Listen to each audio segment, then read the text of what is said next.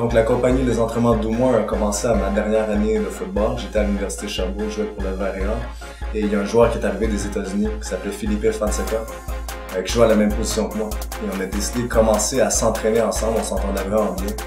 Et on s'est dit, si on veut atteindre nos objectifs, nos rêves, il faut s'entraîner plus que les autres, il faut en faire plus que les autres. Donc on se levait dès 5 h le matin, on était dans la piscine en train de faire des mouvements balistiques.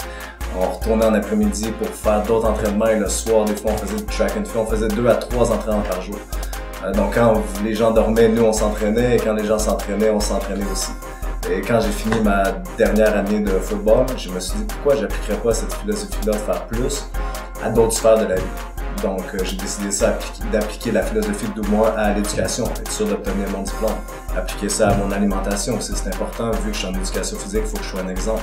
Appliquer ça au niveau du budget aussi, économiser, avoir une sécurité financière, planifier mes rêves, ainsi de suite. Et évidemment, le plus important, faire plus pour ma famille. Si vous êtes chanceux comme moi, vous avez une bonne famille, il faut en faire plus pour eux, montrer que vous appréciez tout ce qu'ils ont fait pour vous. Et une fois que toutes ces sphères-là sont comblées, là, je crois que vous avez une bonne vie, vous avez du succès dans la vie et c'est comme ça que la philosophie d'Oumois s'applique. Les entraînements d'Oumois et le Collège Saint-Anne sont associés par l'entremise d'une supervision active et un suivi de A à Z de tout ce qui se fait dans la salle d'entraînement.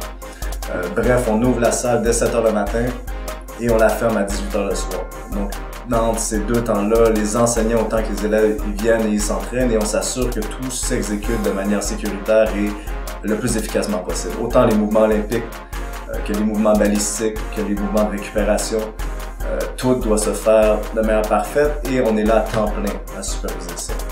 Ensuite, une fois que 18 h arrive, on ferme le gym et on devient en privé. Dans les entraînements privés, autant pour des joueurs de foot, de hockey que monsieur, madame, tout le monde.